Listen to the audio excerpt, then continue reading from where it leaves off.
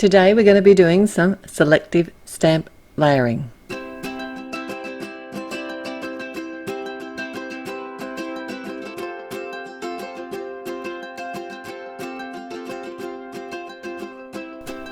Hi, it's Therese from Lostinpaper and I'm here with Altenew's Build a Flower release for July 2019.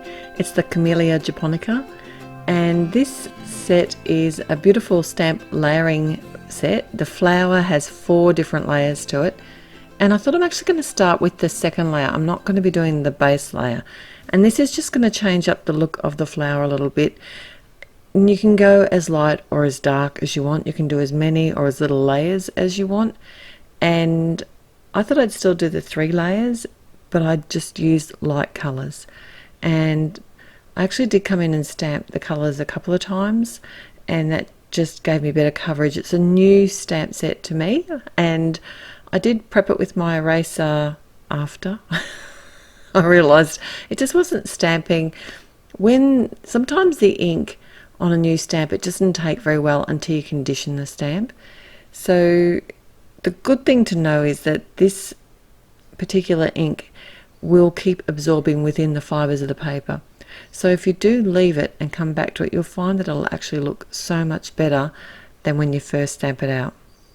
But I'm a bit impatient, so I like to stamp it twice and make sure.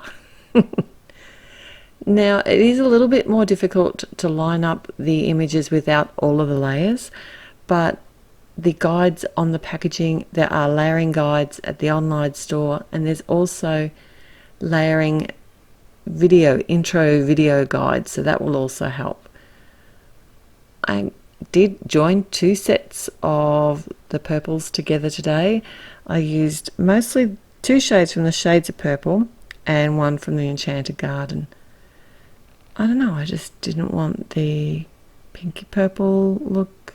The wisteria from the Enchanted Garden seemed to go really well, and that's another good thing about these inks. You can mix and match the sets to get the colour that you want, and you don't have to follow the rules of the colours that are sold together in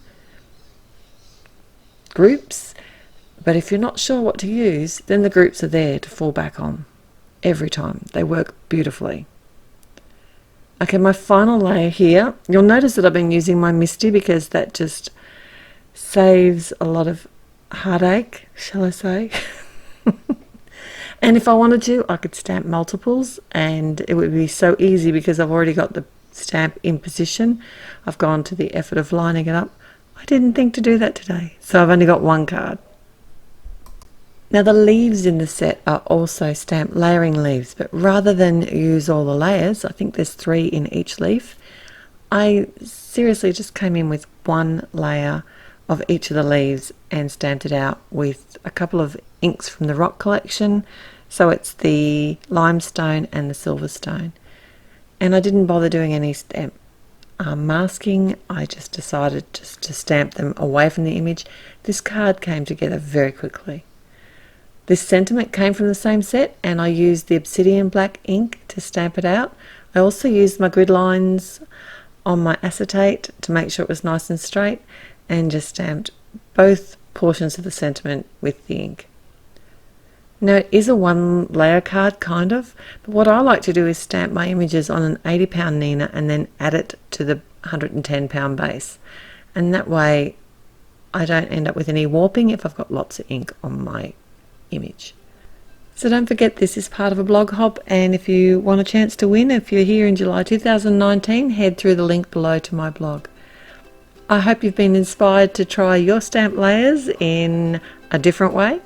If you like this video, please like it, and if you haven't already, I would love it if you'd subscribe to my channel, and I'll see you back here again real soon. Till then, happy paper crafting. Bye.